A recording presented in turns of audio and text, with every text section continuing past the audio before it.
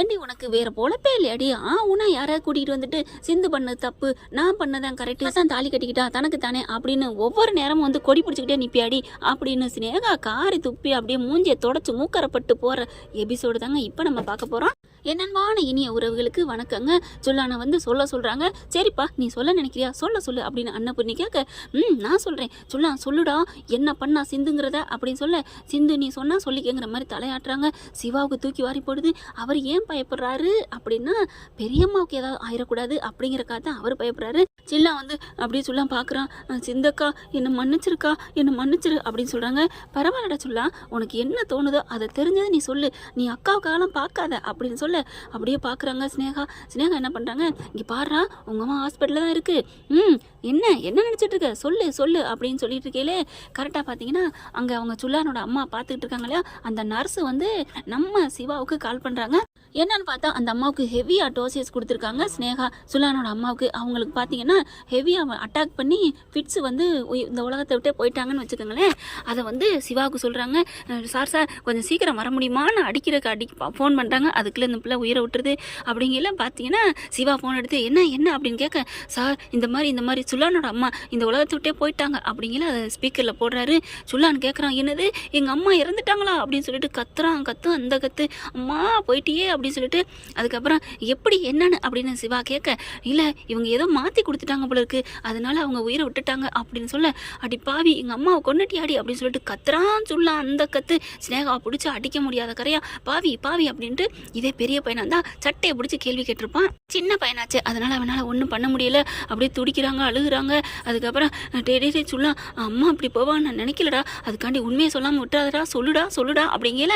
என்னது உங்களுக்கு இப்போ கூட உங்கள் சுயநலம் தான் முக்கியம் ஆச்சு, உங்கள்கிட்ட உங்கள் பின்னாடி வந்தேன் பாருங்க, அதுதான் எங்கள் அம்மாவே பாவத்தை, அந்த பாவம் எங்கள் அம்மாவை தூக்கிருச்சு, நான் இனிமேல் பாவம் பண்ண மாட்டேன், எங்கள் அம்மாவே இந்த உலகத்தை விட்டு போயிட்டாங்க, இனிமேல் நான் எதுக்கு பொய்யா போகணும் அப்படிங்கிறாங்க. டே உன் மனசாட்சி தொட்டு சொல்கிறா, நான் பொய்யா சொல்கிறேன், உண்மைதாடா சொல்கிறேன், இங்கே பாருங்க உண்மையோ பொய்யோ நியாயம்னு ஒன்று இருக்குது, நான் நியாயத்துக்கு தான் போவேன் அப்படின்னு சொல்லிட்டு எல்லாரும் என்னை மன்னிச்சிருங்க அப்படின்னு சொல்லிட்டு சொல்ல என்ன பண்ணுறான், நான் இங்கே கூட்டிகிட்டு வந்ததே எங்கள் அம்மாவுக்கு இங்கே 15 லட்ச ரூபாய்க்கு செலவு பண்ணுறேன்னு சொல்லியிருந்தாங்க, அதனால் நீ இப்படி வந்து பொய் சொல்லு அப்படின்னு சொன்னாங்க, அதனால் நான் பொய் தான் சொல்ல வந்தேன், ஆனால் சிந்து அக்காலாம் தாலி கட்டலை, சிவா சாரும் அவங்கள தான் தாலி கட்டினாங்க அப்படின்னு சொல்ல அப்படியே அன்னபூர்ணி பார்க்குது. ஏன்டி சினேகா என்னடி சொன்னேன், என்னமோ சொன்னேன் என் மருமக தான் தாலி கட்டினான்னு அப்படியே காரி தூ அப்படின்னு துப்புறாங்க.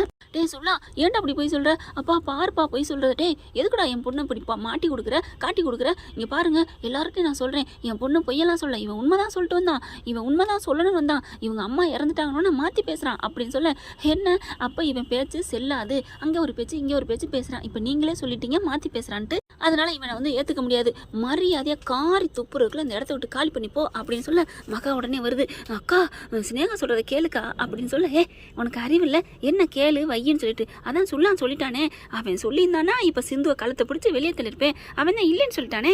இங்கே பாரு சினேகா, நீ ஒவ்வொருத்தங்களா கூட்டிகிட்டு வந்து நீ என்ன தான் பண்ணாலும் சரி, ஆனால் நான் உன்னை சும்மா விட மாட்டேன், நியாயம்னு ஒன்று இருக்குடி, என் மருமக தங்கண்டி அப்படின்னு சொல்கிறாங்க. ஐயோ அப்படி குற்ற உணர்வாக வருது சிந்துக்கு. சிவாவும் பார்க்குறாரு, அப்பாடா அப்படின்னு சொல்லிட்டு, டாக்டரே நான் வேணா உண்மையை சொல்லட்டுமா அப்படின்னு கேட்க, அரஞ்சன் வைவேன் உனக்கு அறிவு இருக்கா, என்ன நீ எந்த நேரத்தில் எதை பேசிகிட்டு இருக்க, எங்கள் பெரியம்மாவுக்கு எதாவது ஆகணுமா, இப்போ தான் அவங்க செத்து பொழைச்சி வந்திருக்காங்க, இல்லை டாக்டரே நான் சொல்லிட்டா அதுக்கப்புறம் தண்டனை எது கிடைச்சாலும் நான் நிம்மதியாக இருப்பேன் தெரியுமா, அதெல்லாம் ஒன்றும் பண்ண வேணாம், இந்த ஐடியாவை நீ அன்னைக்கே சொல்லியிருக்கணும், நீ அப்பெல்லாம் வாயை மூடிட்டு சிவா தான் கட்டினாரு டாக்டர் தான் தாலி கட்டினாரு அப்படின்னு சொல்லிட்டு இன்னைக்கு என்ன பேசாமல் இரு அப்படிங்கிறாங்க. அதுக்குள்ள அன்னபூர்ணிலேருந்து எல்லாம் காரி துப்பி ஸ்னேகாவை அந்த இடத்த விட்டு காலி பண்ணுறாங்க. இங்கே பார் இனிமே இந்த மாதிரி வந்து கொடி பிடிச்சிக்கிட்டு வந்து நின்றுக்கிட்டு வைவேன், உன்னை நானே கழுத்து நெரிச்சு அப்படின்னு சொல்லி கழுத்தை பிடிச்சிடுறாங்க ஸ்னேகாவை. அதுக்கப்புறம் ஐயோ அப்பா அப்படின்னு கத்த, இங்கே பாருங்க என் பொண்ணை விடுங்க அப்படின்னு சொல்லிட்டு, சொல்லலாம் உங்கள் அம்மாவை தூக்கிட்டு போடா, உங்களுக்காக நன்றி பண்ணேன் பாரு அப்படிங்கிறாங்க. என்ன சார் பண்ணீங்க, எங்கள் அம்மா அந்த உலகத்தை விட்டே போயிட்டாங்க, என்ன நீங்கள் நன்றி பண்ணீங்க அப்படின்னு சொல்லலான்னு கேட்க, அதுக்கப்புறம் அவங்க போயிடுறாங்க. அக்கா எங்கள் அம்மா இங்கே அப்படின்னு சொல்லல, சிவாவும் சிந்து என்ன பண்ணுறாங்க, கவலைப்படாத சொல்லலாம் நாங்கள் இருக்கோம், அவங்கள கூப்பிட்டு வந்து என்னென்ன பண்ணணுமோ அதெல்லாம் நாங்கள் பண்ணுறோம் அப்படின்னு சொல்லிட்டு கிளம்பி போகிறாங்க. அங்கே போனால் பார்த்தா கரெக்டாக அந்த அம்மா உயிரோடு இருக்குது, எல்லாரும் போகிறாங்க. என்னது என்ன உயிரோடு இருக்குது அப்படின்னு சொல்லல, அப்படியே அம்மா அப்படின்னு கட்டி பிடிச்சி சொல்ல அழுகுறாங்க. சிவாவும் சிந்துவும் போயிடுறாங்க. என்னக்கா அவங்களுக்கு ஒன்றும் ஆகலையா, ஆனால் இதுங்க என்ன பண்ணுதுங்க இறந்துட்டாங்க அப்படின்னு தெரிஞ்சோடனே ஸ்னேகாவும் அந்த டாக்டரும் அந்த பக்கத்தே எட்டி பார்க்கல, அவங்க வாட்டுக்கு வெளியில் போயிடுறாங்க. மனசு சரியில்லை அப்படின்னு சொல்லிட்டு ஏமாந்துட்டோம் அப்படின்ட்டு போயிட்டாங்க. ஆனால் பார்த்தீங்கன்னா சிவாவுக்கு அப்படி தாங்கலை, சுல்லானுக்கு ரொம்ப சந்தோஷம், அம்மா உனக்கு ஒன்றும் ஆகலையா அப்படின்னுட்டு. அப்போ தான் அந்த நர்ஸு சொல்லுது, நர்ஸுக்கு டாக்டருக்கு அதாவது சிவாவுக்கு கால் பண்ணி சொல்கிறாங்க. ஏன்னா இந்த அம்மாவும் சொல்லுது, எனக்கு வந்து பாவமாக இருக்குது, அதனால் இந்த உண்மையை சொல்ல வேணாம், என்ன ஐடியா பண்ணலான்னு சொல்லல. சிவா தான் இந்த ஐடியா கொடுத்துருக்குறாங்க. சிவா ஐடியா கொடுத்தோன்னே பார்த்தா அதே மாதிரி நடிச்சிடுறாங்களா. அதை நம்பிக்கிட்டு இந்த பக்கியிலும் போயிடுதுங்க. ஆனால் அப்படியே சுல்லானுக்கு சந்தோஷம் தாங்கலை. சார் எங்கள் அம்மாவை காப்பாற்றிட்டீங்க அப்படிங்கிறாங்க. கவலைப்படாதீங்க, உங்கள் அம்மா பாதி நல்லா குணமாயிட்டு தான் வந்துட்டு இருக்காங்க, நான் பார்த்துக்கிறேன் அப்படின்னு அதுக்கு மேலே உள்ள ட்ரீட்மெண்ட்டை நான் பண்ணுறேன்னு பண்ணுறாங்க. சிவா பார்க்குறாங்க, அப்படியே சிந்து அப்படியே சுல்லானை பிடிச்சி கட்டிக்கிறாங்க. ரொம்ப தேங்க்ஸ்ரா அப்படிங்கிறாங்க. சார் டாக்டர் சார், எங்கள் அக்கா பண்ணது தப்பு தான், அவங்கள கைவிட்டுறாதீங்க, உங்கள் மேலே அவங்க உயிரே வச்சுருக்காங்க தெரியுமா, ரொம்ப நல்லவங்க சார் அப்படின்னு சொல்ல, எனக்கு தெரியும்டா, என் ஃப்ரெண்டு தானடா அவளை பற்றி நீ சொல்லணுமா என்ன, ஆனால் அதனால தான் நான் அவளை இன்னமும் கூட வச்சுட்ருக்கேன், இதே அவள் கெட்டவளந்தா நான் இந்நேரம் வச்சுட்டு இருந்திருப்பேனா அப்படின்னு சொல்ல, அப்படியே பார்க்குறாங்க. எல்லாரும் அப்படியே ரொம்ப சந்தோஷப்பட்டுக்கிறாங்க. என்ன ஃப்ரெண்ட் இப்படி போனால் சூப்பராக தானே இருக்கும், பார்க்கலாம் என்ன நடக்க போகுதுன்னு. இந்த பதிவு உங்களுக்கு பிடிச்சிருந்துச்சுன்னா உங்கள் பொண்ணான கையில் ஒரு லைக்கை போட்டு சப்ஸ்கிரைப் பண்ணிடுங்க. Thank you friends.